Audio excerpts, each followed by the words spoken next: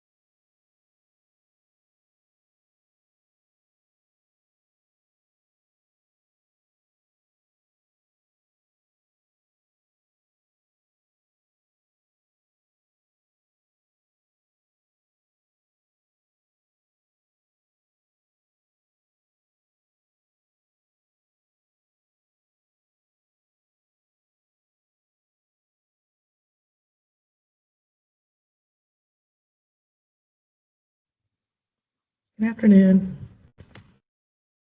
Good afternoon.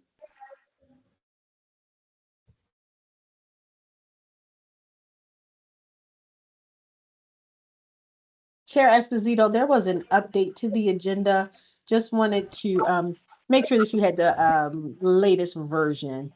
We just moved one of the presentations. We just moved the order of the presentations. So JFE should appear first. Just want to make sure you had that update. You had the Yes, update. I have. Yep. Okay, Yep, I have. thank you.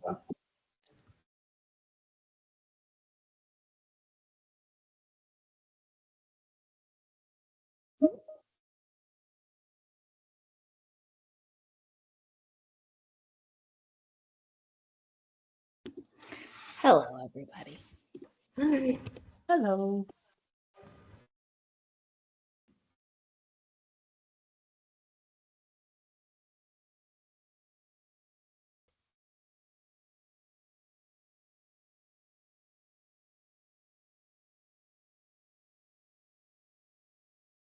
Okay, for the sake of time, we'll get started. Good afternoon, everyone. This is Committee Chair, Policy Committee Chair Ashley Esposito. I would like to welcome you all to the March 18th Policy Committee meeting. If you have not done so, please mute your phone, and anyone who does not mute their phone may be muted by the call moderator or removed from the call. Additionally, please turn off your video if you are not a board member, the CEO, or her staff. I will now read a roll call of the board to identify who's present. Please identify yourself first before speaking for the record. Chair Sally.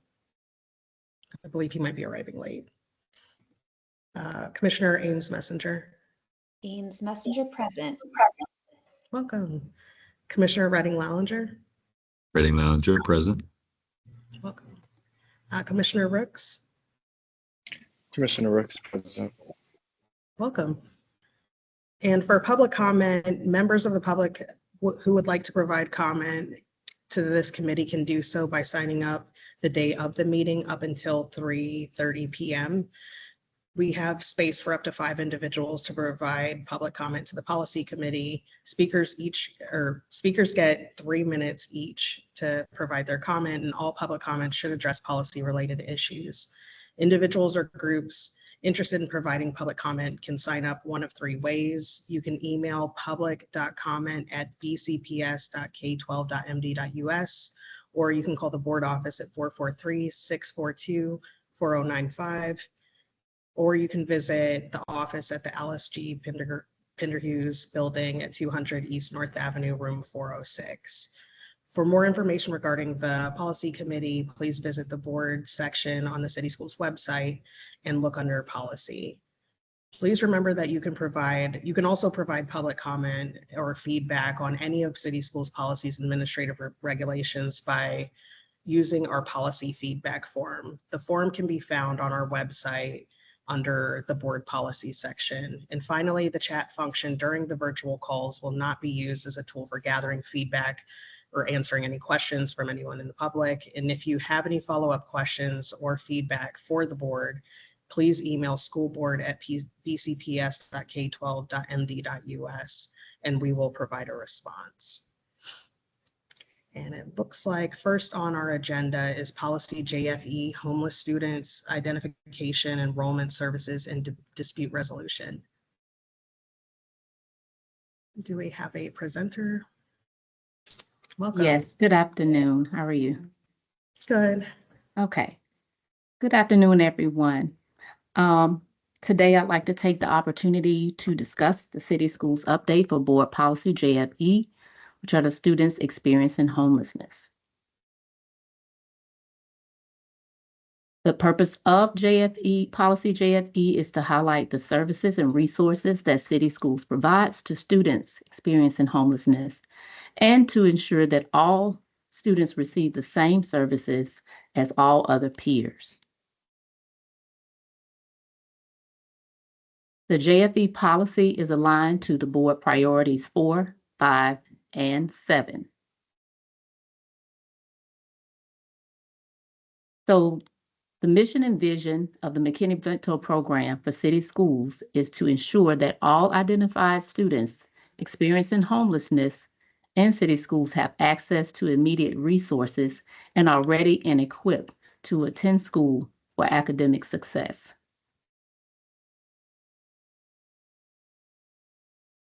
Our McKinney-Vento data here shows how the number of students throughout the school year per grade level fluctuates over time. So you'll see in 24-25, this is not a complete school year. However, as you can see in 24-25, we ended with a total of 5,103 students. So now we'll discuss a brief overview of the City Schools practices.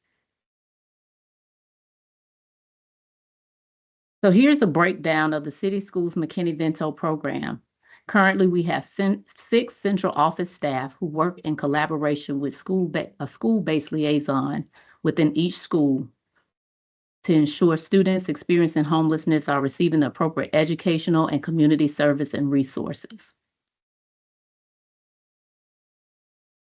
Much of the role of the McKinney-Vento liaison is to ensure that they oversee the compliance of the program, coordinate with schools and families to ensure best interest determination takes place, and also to monitor services provided to McKinney-Vento students.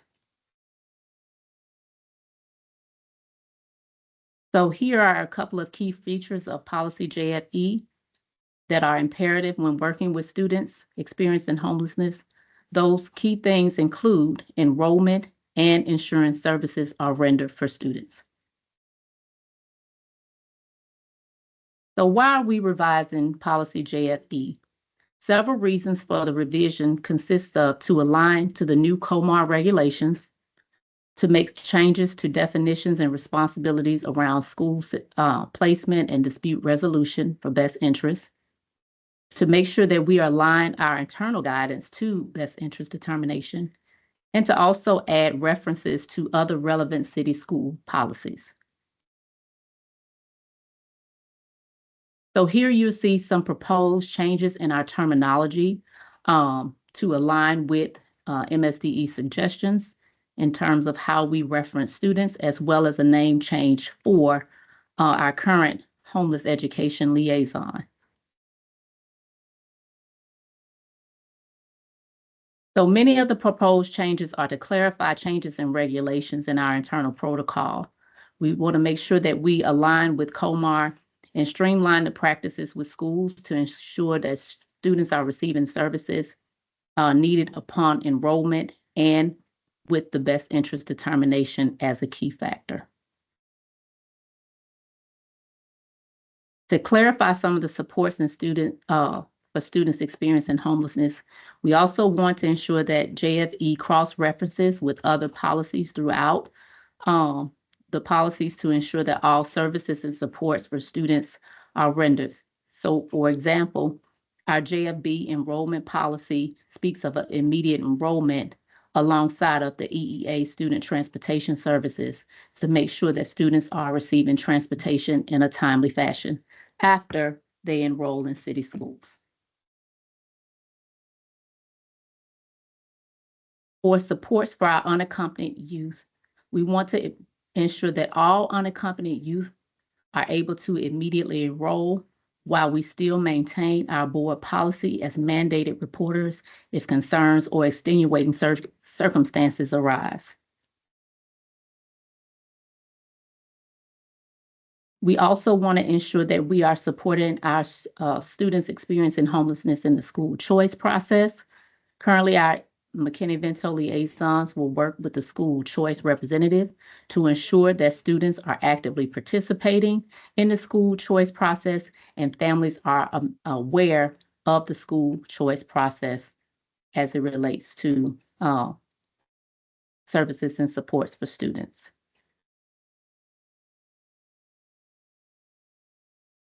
So some of the other proposed changes, of course, is our alignment with COMAR.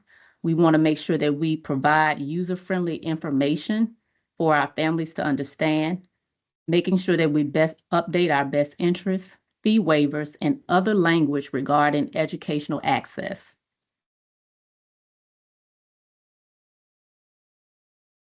For our Tier 1 engagement, we're just making minor updates, technical changes, and this information for public feedback will be posted on the city schools website.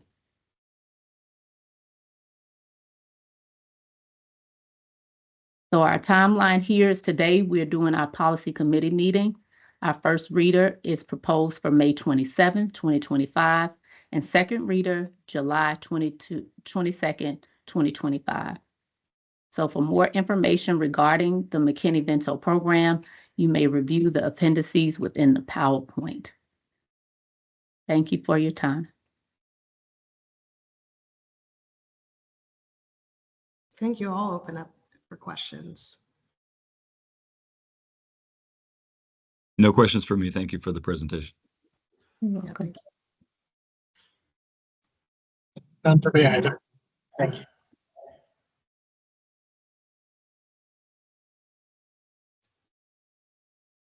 I was trying to see if I could figure out when the board, when that update was coming to the board faster than I could. Do you happen to know?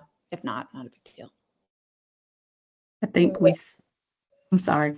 So just when the annual report, I specifically was interested in staff trainings and also the list of the school-based homeless liaisons, because I know that tends to be a role that fluctuates a lot. Sure it does. Yes, ma'am. So it does fluctuate. What we try to do here within the program is, even though we get an initial list at the very beginning of school, as things change, our liaisons we provide direct support. So we're able to go to the schools and find out specifically who would be the actual school-based liaison. So we won't, make any mistakes because sometimes the list isn't accurate. So we verified who will be that school-based liaison and who, because they have to work with them. So we want to make sure that we have the right people in place to do that particular work. Good afternoon, everyone. Dr. Pate, Director, Office of Health and Specialized Student Services. Board Member Ames Messenger, I think you're asking about the compliance report, and we usually do that around October. Thank you. That was ringing a bell. Since I have already delayed as we're in this season, this is slightly different than a policy, but we have both of you on the line. We are going into budget season. I think especially when you think about transportation, like this is an expensive and heavy lift that always goes over budget. I think also looking at kind of where these funds are coming in through community schools and some of the other housing support. Are there any other kind of line item budget things that we should be aware of, or also, like whether that, like is how we're structuring compensation for those building-based liaisons, realizing especially in some buildings that is a heavy lift. So if that is this setting for thing, or if you'd rather follow up with us in a different context, that's I could fine. just let you know our main budget ask was to make our staff permanent. So Amen. most of our in-office McKinney-Vento liaisons are temps. So they do excellent work, and we wanted to reward them for that excellent work and to keep them around, because one thing we know is when people have permanent jobs, they're more likely to stay. A lot of them are aging out of their parents' health insurance. So they're like, I really love what I do, but I'll be 26 this year, so I have to be a grown up. So we asked for them to become permanent this fiscal year, and we have it on good authority that it might be a yes. So that is exciting news, which then we could push on them more to lift some of that weight from the school. So from a management standpoint, we're always like, how far can we really go, knowing that they could wake up tomorrow and be like, never mind, I don't really have an allegiance to you all. So that is exciting.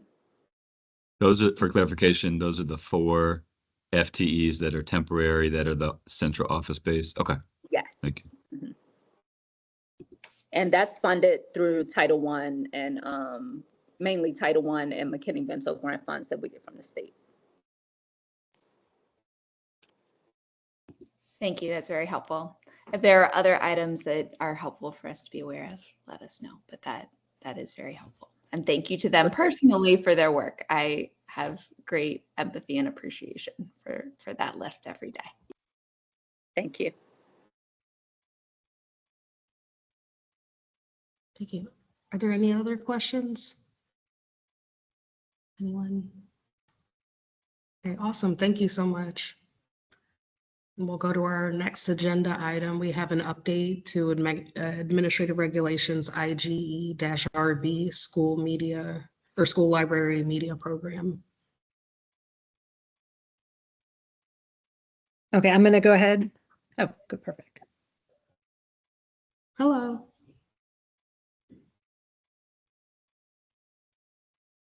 Hi, I'm Brooke Grams. I'm the coordinator for library media, and this item is to update IGE-RB, which is our school library media regulation that identifies the essential functions of the school library media program. On April 25th, 2024, if you want to scroll down a little bit to the challenges, the governor approved the Maryland Freedom to Read Act.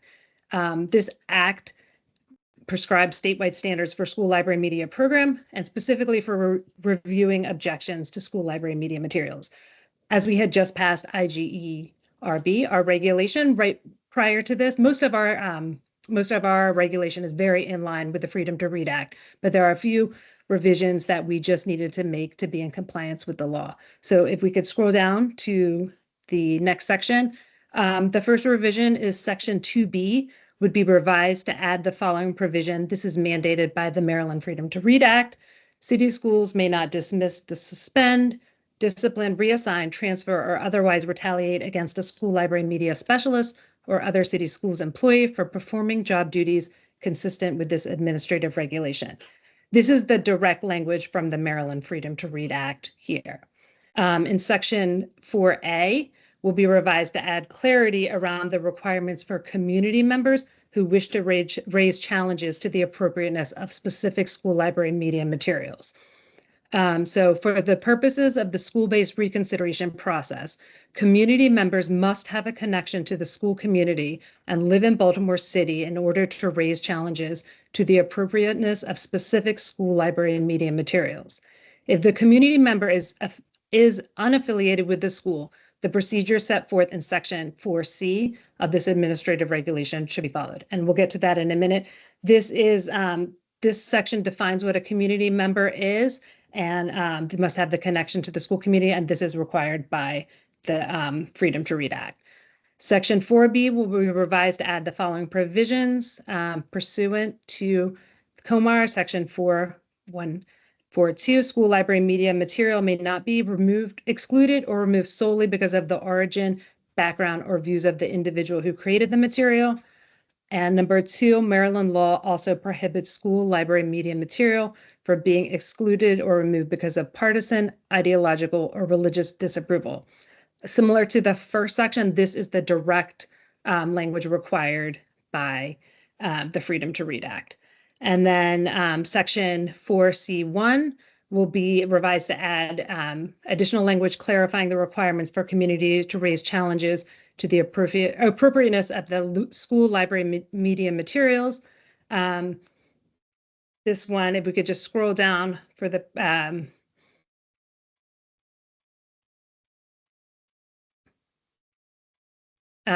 consistency, section 3B has been revised to clarify part of the criteria for the school library media materials, that the variety of school library media materials should be sufficient to provide for the needs, interests, information, and instructional support of a broad cross-section of students and staff.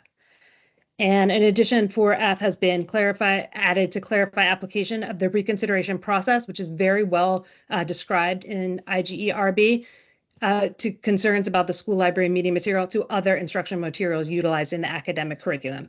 So this would be revised to broaden it to say for concerns about the school library media material or other instructional materials utilized in the academic curriculum or otherwise used in the school, the academics office may utilize this reconsideration process with adjustments as appropriate to ensure alignment with the curriculum standards consistent with board policy IGE. So this allows, when there's a curricular challenge, to use a similar process as is laid out in IGERB. In order to develop these revisions, the academics office worked with Office of Legal Counsel, and we reviewed best practices. We met with other peer school districts in Maryland who are also faced with revising their reconsideration policies and library media regulations to comply with the Freedom to Read Act. And we reached out to librarians and we got guidance from MSDE. So that's kind of how we work to make these revisions.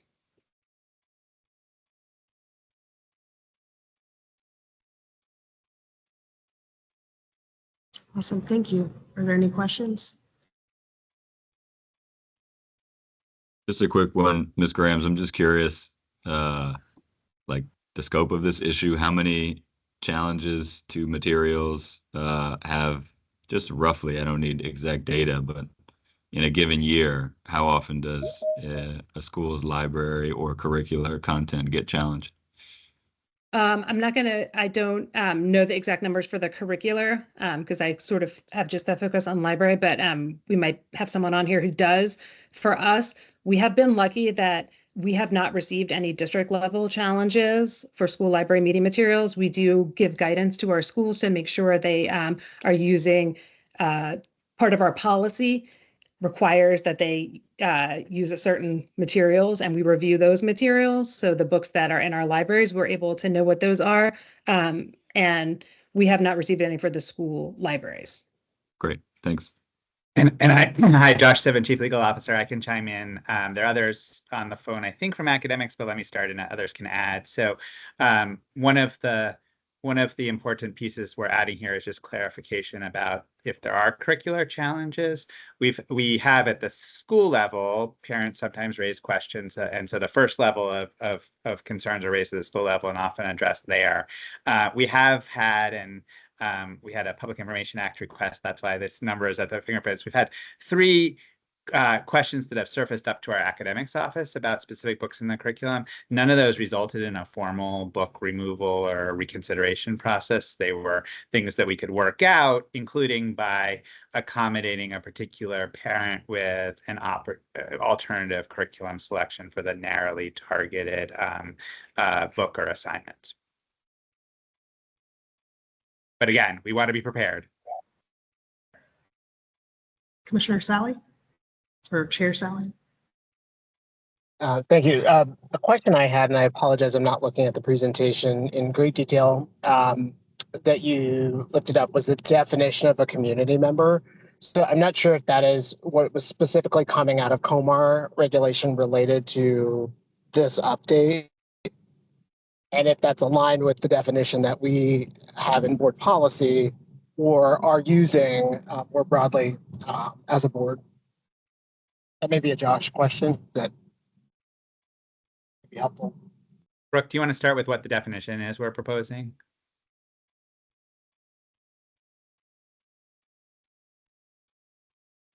Yes, let me just pull it up. So that I just want to use the exact language.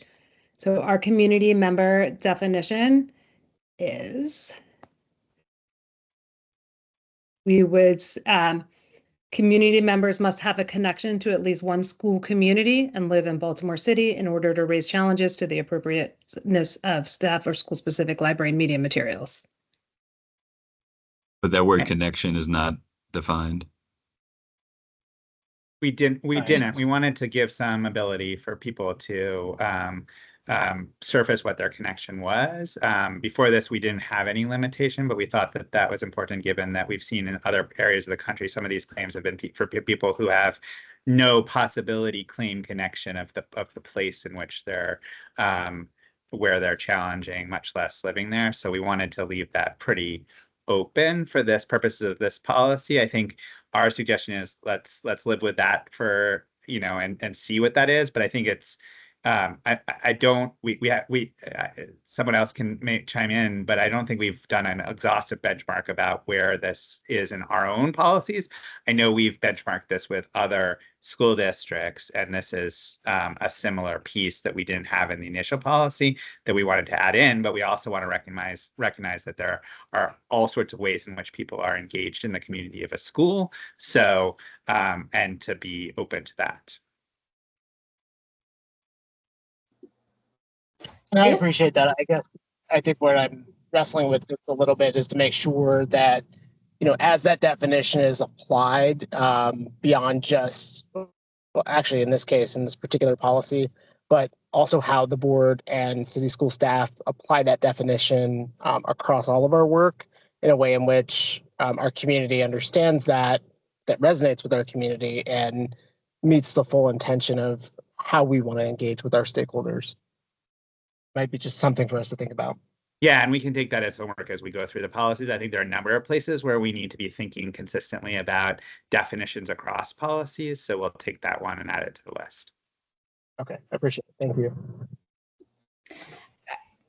Commissioner Ames Messenger.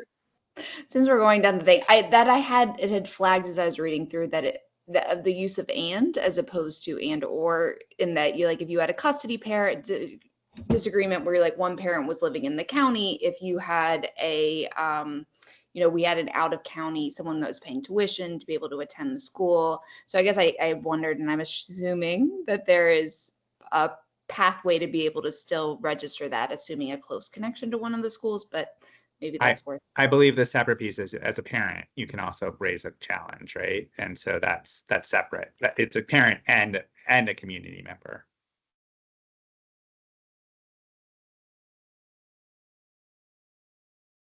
Thank you. I have one question. Whether or not there's going to be any type of tracking, like, so say for instance, someone were, like, I've seen how some of these things have played out in other jurisdictions in other states. Is there going to be any tracking of if there's an excessive amount of challenges, like at various schools, and how, Like, will that data be centralized in case like there's a parent going to like multiple schools, or, but they may only have like a child in one of those schools?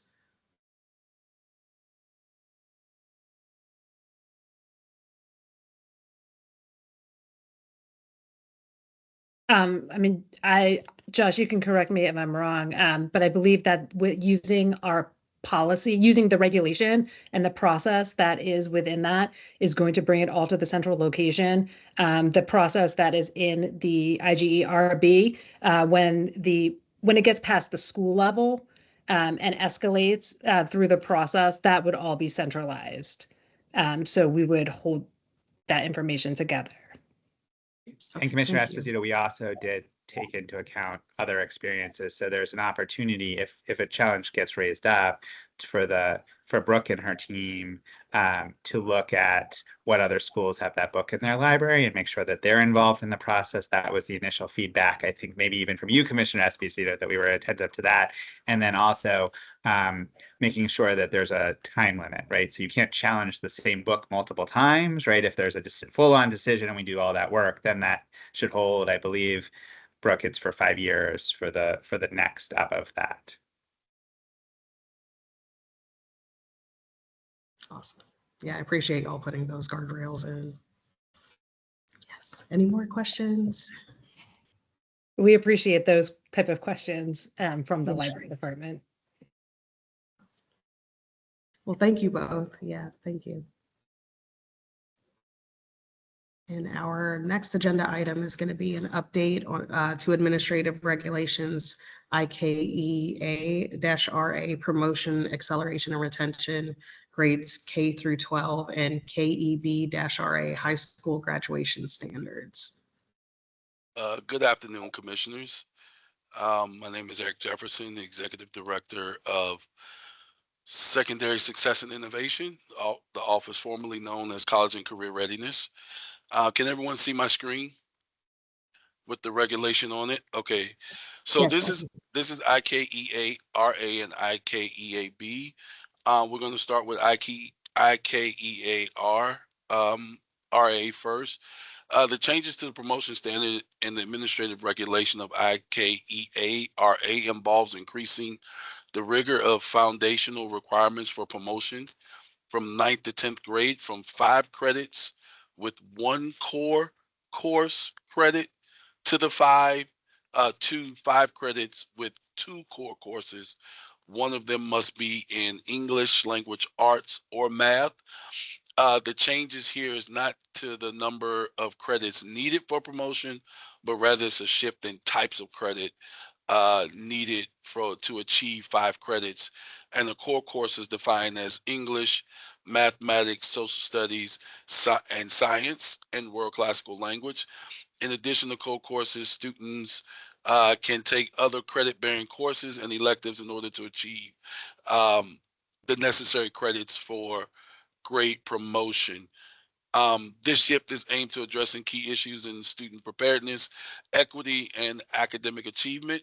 The transition from 9th to 10th grade, we know, is very crucial point in students' academics journey. So the research consistently shows that students who demonstrate competencies in foundational subjects like ELA and math in their early high school years are more likely to succeed in subsequent grades and ultimately graduate at higher graduation rates. So increasing the focus on core courses and specifically ELA and math in this promotion requirement from 9th to 10th grade is intended to help ensure students have a stronger academic foundation and is aligned to city schools to the on track to graduation work that we're already doing. The ELA and math as core competencies. We know that ELA develops essential literacy skills while math fosters critical problem solving abilities. Both are foundational skills for success across all subjects. And then this is also with preventing skill gaps by requiring one of the 2 core credits to be in ELA or math. The regulation change helps us prevent students from advancing with significant gaps, skill gaps in these critical areas. Additionally, this regulation changes aligns to best practices We also looked at other Maryland school systems, which emphasized the importance of rigorous promotion standards, and many high-performing districts across the country require multiple core credits, including ELA or math, for promotion. This increase in core course requirements is necessary to step to ensure students are adequately prepared for the academic challenges for high school and beyond. By prioritizing ELA and math, we here in City Schools reinforce its commitment to academic excellence, equity, and setting students up for long-term success. In addition to the shifts for promotion for 9th and 10th grade, and in alignment with the regulation shifts in administrative regulation IKEB RA discussed further below, City Schools remove the reference of Algebra 2 as a promotional requirement for graduation as referenced in administrative regulation IKEARA as well. And so if we look at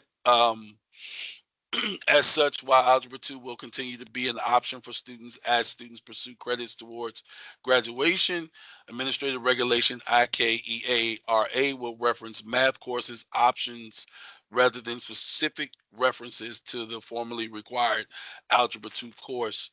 This regulation will now include the following revised language in to the promotion from 11th to 12th grade: 5 credits out of English 1, ESOL, English 1, English 2, or ESOL, English 2, English 3, Algebra 1, Geometry, and other math course options. So moving on to the revised administrative regulation for IKEBRA. In addition to removing the Algebra 2 as a mandatory course and allowing students to fulfill their math requirements with 2 additional math credits, the revision of Administrative Regulation IKEBRA will delete the City Schools specific science requirements for biology, chemistry, and physics. As a result, City Schools would utilize going forward a broader framework that aligns to the state's graduation requirements: 1 credit in life science, 1 credit in physical science, and 1 credit in English space science, or a course with the topics of Earth space science integrated. These changes are aligned with the Code of Maryland Regulations, COMAR, and MSDE guidance, and they aim to enhance flexibility, equity, and relevance in students' educational path. A key factor in the changes of this science regulation requirements the commitment to offer students choice within a rigorous and standard-aligned program of study in science. The current administrative regulation names a discrete sequence of 3 courses that students must take to complete. This rigid framework may limit students' access to advanced STEM coursework, including advanced placement, dual enrollment, and a myriad of electives. This update also offers flexibility in developing new course options that transcend the historical boundaries used to define scientific study to enhance relevance, spark student passions, and prepare students for future and as yet unknown college and career options.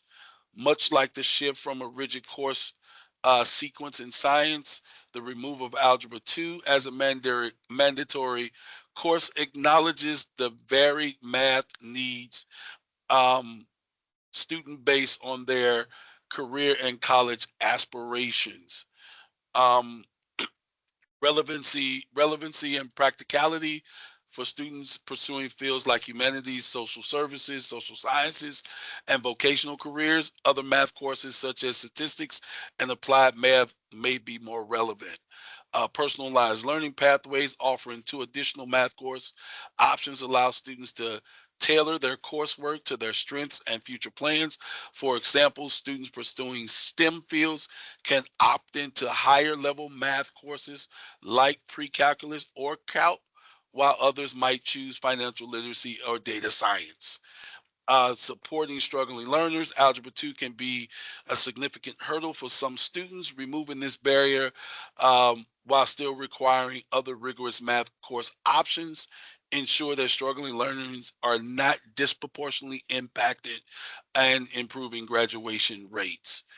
Our challenges: city schools believe that adjusting these administrative regulations, IKEARA and IKEBRA, will support immediate shifts in our approach to promotion and retention in ways that will support and strengthen students' college and career readiness and ensure a stronger academic foundation for our students. In addition to these targeted administrative regulation changes, city schools will be seeking a comprehensive review and revision of board policy, IKEA, promotion and retention in grades K to 12, and IKEB, graduation standards during the SY 25-26 school year to ensure that these board policies and the accompanying in administrative regulations meet the demands on rigorous promotion standards and nationally recognized best practices. So I'm going to stop right there with the revision. This is intentional to undertake the comprehensive revision of board policies. The targeted set of revisions to these administrative regulations is focused on immediate needs in alignment with COMAR. As described in our administrative regulations, IKEA-RA was revised to increase the rigor of the foundational requirements for promotion from 9th to 10th grade. And then the IKEBRA was to increase options for our students that are aligned to COMAR from increased options in science. So biology, chemistry, physics was deleted to replace a broader array of science courses options as detailed above. And as already required by board policy IKEAB, RA, detailed information regarding these specific credit requirements for graduations are on the city schools website. So I'm going to end right there and open up the floor for any questions. Thank you. Do we have any questions? I'm just gonna admit, because I was in transit from the school here, I want to review this a little bit more in detail. And I will provide some just written comment questions I may have at a later time. Okay. Thank you. Commissioner Redding Lallinger. Thank you. I appreciate the presentation, Mr. Jefferson. Did the team, the cross-functional team that looked at the Algebra 2 revision, rely on any particular research to sort of make the decision? Was there a research base that informed, offering a broader array of math courses, and if so, what was it that you all looked at in order to come to that decision?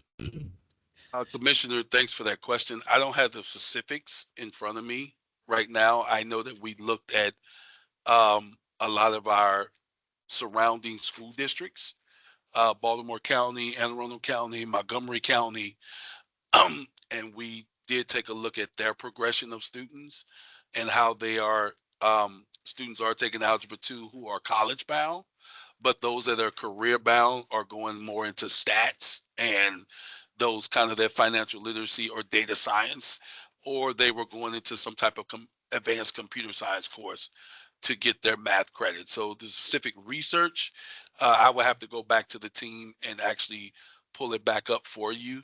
But I know a lot of this was done based on what our surrounding counties were doing as well.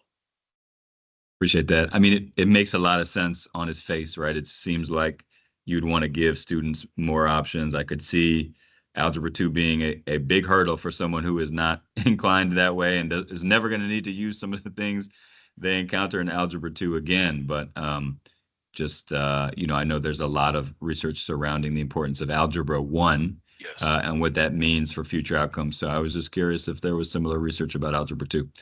So anyway, I appreciate the answer, and appreciate these changes, particularly the first one you referenced around the types of credits needed to go from 9th grade to 10th grade.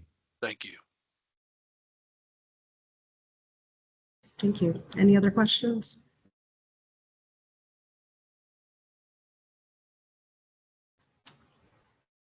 Awesome. Thank you. Thank you so much. Thank you. And next on the agenda, we have update to administrative regulations, GCO-RA employee annual evaluations.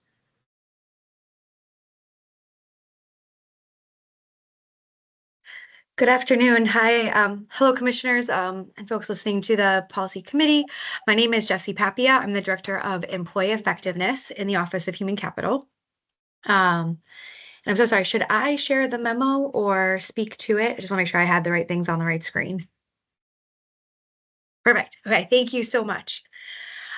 So Board Policy GCO was originally adopted in all of its accompanying regulations in September, say it was 2019. And since then, we've had just several kind of updates in practice here in the district. And there was also some outside factors that we're accounting for as we reviewed and proposed these updates for the administrative regulations. The specific challenges and kind of just changing circumstances that we'd want to make sure we're reviewing and addressing include the fact that we've had a large shift in the actual technical platform with which employee evaluations are being conducted for all staff across the district. And this just includes, really to our benefit, more modernized features, goal setting aspects, self-reflection forms, better transparency for supervisors, and insight into form progress. But all that meant we wanted to just stop and look at our administrative regulations. And then there's also, after several years of work, we are implementing for stakes in school year 24-25, our district leader effectiveness evaluation. This is really our first shift to a multi-component evaluation that would signify a significant change for folks since we updated our assistant principal evaluation prior to COVID. And so we've got 800 folks, give or take, in this new evaluation. And so again, we wanted to just look at what were some of the research-based practices that we are promoting in our guidance and take that lens against our administrative regulations. And then finally, something that is outside of us is that MSCE updated COMAR regulations around licensure for licensed staff in the state of Maryland. And one of the big shifts that was really bumping into some of our language in the administrative regulations was the concept of an individualized professional development plan, or IPDP, which now exists in COMAR and should be a 5-year professional development plan for folks to make sure that they are documenting the steps they'll take, any courses or learning units that they need to maintain their professional license. And prior to that, there had been the need for the submission to renew a license of a 1-year individual development plan. So they've been developed on an annual basis. And some of our language in the administrative regulations was very explicit about an annual IDP being needed for all staff, regardless of licensure, tenure, things of that nature. So we wanted to open up some flexibility to align with the change in the regulation at the state level. So based on that context, we went through everything at the administrative regulation level. And what it results in is some language that we are including in our roles and responsibilities areas across several regulations. And it's to reinforce this concept that employees should take personal responsibility for performance improvement by reflecting on their practice, identifying areas of growth and strength, and responding to feedback. We're promoting this because we are leaning more into encouraging self-reflective practice at stages within the evaluation cycle across the year.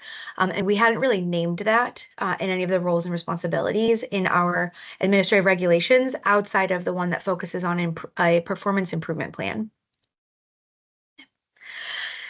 So after that, again, as we were going through, what we realized is that while we had great detail in the administrative regulation about annual evaluation, components, wanting to clarify what the 4-tier rating structure means when we have 4 ratings available, what to do if we're missing data, things of that nature. But we hadn't actually talked about like the review itself and this idea of folks conferencing and looking at the performance data. We had more language in the mid-year performance review regulation than we did the annual evaluation one. And so what we did was really leaned into language in the mid-year performance review regulation and brought it over to the annual evaluation one. We would just want to again reinforce there are the technical steps of bringing together data or making sure people have an annual evaluation report. But we really want to talk about this review of performance and really reinforce that. And so that language you see there really does pull from the mid-year space with some tweaks, considering it is not, the mid-year itself. What you'll see here in GCO-RB, and that is the administrative regulation around the individual development plans and initial planning conference, speaks to what I had mentioned about wanting to open up more flexibility than the way we had originally written and adopted the regulation language. And this includes, we may want to see that folks are doing annual goals, but in addition to or in place of their professional development goals, right? There's goals around impact. We see that increasingly in our employee evaluations. But even more important was the idea of it may be appropriate for some staff to not be pushed into an annual IDP writing exercise that might now start to feel very compliance oriented. If they have a meaningful 5-year plan they're working toward as part of the state regulation or that IPDP structure.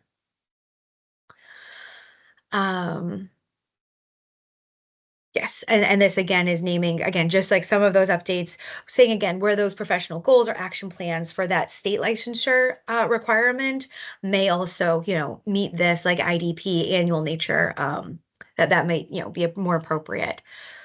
Certainly wanted to, again, encourage people, those should be living, breathing documents to support professional development and growth. So naming some of that there with the review and update on progress during the year.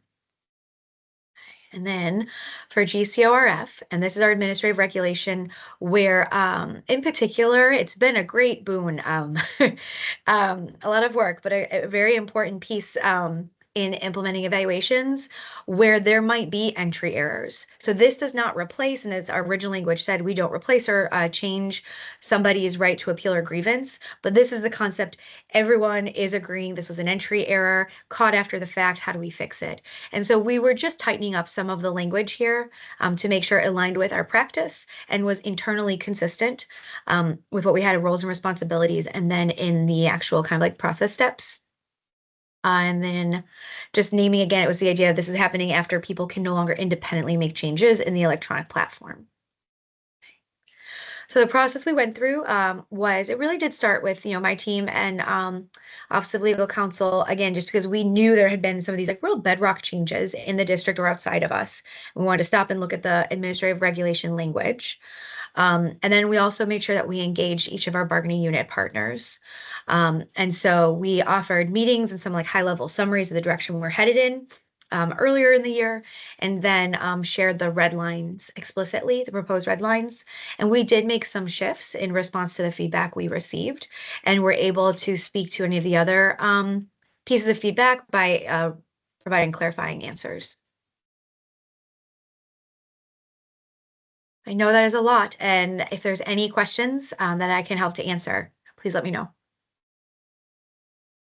Thank you. I'll open it up for questions. With Pizzazza in particular, I'm so sorry, Commissioner Long. With Pizzazza in particular, I'm just curious, what feedback did you get from them that was helpful in forming the policy? And yeah, I'm sorry. No, of course. Thank you, sir. So when Pizzazza wrote back to us, they had a clarifying question around some of the language. So we were able to really kind of just speak to that. I think it had been along the lines of like, we say process maybe or forms and like, oh, what detail is that? And some of it was just naming, some of the processes may change over time and they understood as we talked through. That was in particular for the change request process. And then the piece of feedback, we had struck through some language. This again remained in the GCO-RF. This is one around the request update or change and evaluation. And we'd struck out something around the being time bound. And it's because we did have it elsewhere. And we heard from Pizzazza and also BTU leadership that it felt really important to continue to reinforce that. So we actually removed that proposed strike through based on their feedback. Yep, thank you. Sure, sir. Thank you. Commissioner Redding Lounge. Thank you, Chair. Two quick questions. Does the CHARM system enable an aggregate view of ratings across a given year for employees? And then secondly, is there a compliance report that reports back to the board employee effectiveness data that you know of? Yes. So going in inverse, if that's okay, we do have an annual compliance report, and that comes through, I apologize, I want to say it's October of a year, right? So in October 24, we reported out on school year 23-24 activities, and it does include aggregate data across all of our kind of evaluation structures. So you can see the final annual evaluation rating distribution. Great. That comes to this committee or to the full board? Do you know? Oh, I know it comes to this committee because if there's any questions, I speak to them. I Okay. don't remember outside of that how it gets promoted. I apologize. No, no worries at all. I'm just trying to figure out if I missed a meeting because I don't remember seeing it in October. Yeah, no, we're here, and some of the questions were on the work we did actually around the district leader evaluation and that shift we're making, and the CHARM platform, and then some of the things we were doing around qualified observer training, and we developed a high quality feedback rubric that we were trying to increase our promotion of, so we're improving the muscle for people getting good feedback, not just ratings. But if there's anything I can do to help with like getting that back up, please let me know. No worries. I'll look for the presentation in October just to get caught up to speed. So thank you. Appreciate it. Absolutely. No, of course. And then your first question was about CHARM. And so for the supervisor, yes, and what they're able to do, and we have more training to do on the reports. So I just want to offer. And there is a report, I want to say it's called like the pivot report. And so it will allow a supervisor, for example, to select a form that has like indicator ratings and be able to see the distribution. And so right now, I'd say like the most common questions we're getting, and my team needs to make sure we're getting more resources out to help people. But the biggest interest we're hearing right now is on the first formal observation for teachers, for a school leader to be able to see the rating distribution in their school from the first formal. What's nice is because we have the self-reflection forms, if there are schools where the teachers were using the self-reflection form and we're actually like self-rating on the instructional framework rubric after the observation, the school leader could actually see side by side a self-reflection aggregate and the actual observation form itself. But a lot of training to do. That is a very new feature. Yes, thank you.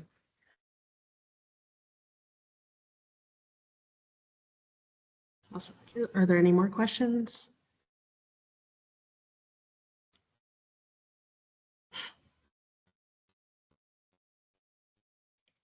Yeah, there's none from me. Thank you so much. Okay. And Thank you so much for the time. Sorry. yeah, no. Bye. Thank you. Looks like we have, let me go back.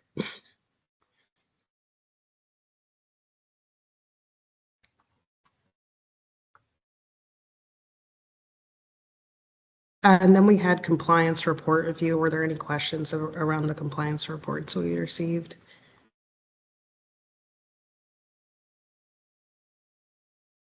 Okay, awesome. Thank you.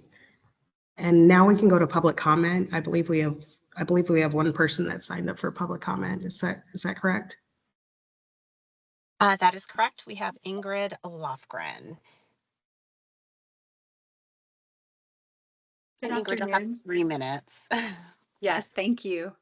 Thanks. Good afternoon. My name is Ingrid Lofgren. I'm an attorney with the Public Justice Center's Education Stability Project. We provide free legal representation to students and families in school discipline matters in Baltimore City and statewide as part of the Maryland Suspension Representation Project, along with Disability Rights Maryland, the Maryland Office of the Public Defender, and the University of Maryland Law School Youth Education and Justice Clinic. My comments this afternoon will focus on proposed revisions to Board Policy JKA, which governs behavioral interventions and student discipline, and accompanying regulations, which I believe this committee discussed at your February meeting last month. We really appreciate that staff have reached out to the Public Justice Center and our partners to invite our input on the revisions. and we plan to submit written comments and meet with staff for a listening session. But in the meantime, we just also wanted to connect with this committee, given your critical role in the policymaking process. We're generally favorable to the proposed revisions, which we think make positive updates to policy JKA and accompanying regulations. But based on our experience providing representation to students and families in individual cases, we hope that the board will take this opportunity to go further and make additional revisions beyond what's been proposed. I don't have time to go into a lot of detail about those recommendations today, but I can give a few high-level examples. First, we strongly recommend revising the definition of imminent threat of serious harm. To impose an extended suspension or expulsion under Maryland law, local districts have to find that a student's return to their regular school poses an imminent threat of serious harm to other students or staff. MSD guidance recently cited in a state board decision issued just last month defines serious harm as physical harm, but the definition in policy JKA is much broader and also includes psychological and emotional well-being. Not all local districts define imminent threat of serious harm in their local policies, but among those that do, some other districts, such as Prince George's County Public Schools, limit serious harm to physical harm. And this means that students in Baltimore City may have different discipline outcomes than students in other districts, which is what we see in our statewide individual representation. Given this inconsistency, and the real centrality of this legal standard to the suspension and expulsion process, we'd urge you to take a closer look at this and review and revise this definition. We also recommend revisions to the accompanying administrative regulations governing suspension and expulsion procedures at the district level. For instance, clarifying the necessary components of the written suspension and expulsion determination letters issued by the CEO's designee, ensuring that students and families receive accessible and correct information about their appeal rights and procedures, and clarifying who can attend a suspension or expulsion conference in support of a student, and when evidence will be made available to students facing a suspension or expulsion. We also have other discrete recommendations. We'll present those fully in our written comments, and we also look forward to discussing them with staff in the listening session. In the meantime, we just hope that your committee will look to us as a resource. We look forward to working collaboratively with you and with staff. Thank you so much. Yeah, we definitely appreciate your advocacy. Is it possible to get a copy of the report that you're referencing, like the full write-up? Because I want to make sure that we have, like, I know you've given us a high-level overview, but I want to make sure that we can really dig into each of these points in detail. Yes, absolutely. And we've been invited, I believe Mr. Turner's in the meeting, by Jonathan Turner and colleagues to meet. We're in the process of scheduling that meeting, hopefully for next week. And our intention is to submit written comments together with the partners I mentioned by the 28th. Okay, awesome. Thank you. So that you would they'd be available prior to first reader.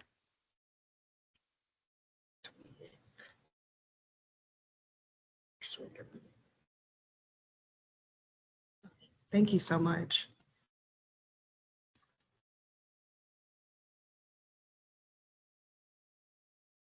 And I think that is our only public comments. So yeah, I appreciate everyone's presentations. That's really helpful feedback for public comment. We don't get public comment too often, but that was very thorough and in-depth and definitely needed, because I know we had a lot of questions around the same policy. So with that, do I have a motion to adjourn our policy meeting? So moved. Thank you. Do I have a second? Second. Awesome. And we will see you all next month on the third Tuesday of the month, April 22nd, for our next policy meeting. Thank you. Good night. Bye. Oh, Tanisha? Yeah, I just wanted to mention that actually in April, there is no policy committee meeting. The next meeting is going to be in May. No, it's spring break. I just wanted to just That's make right. that. That's right. Okay. Yeah. Thank take you. it. I would have been the I'll only take one it. here. Everyone have a great evening. Thank you. You Good too. night. Bye, guys. Bye. Thank you. Thank you. Thank you.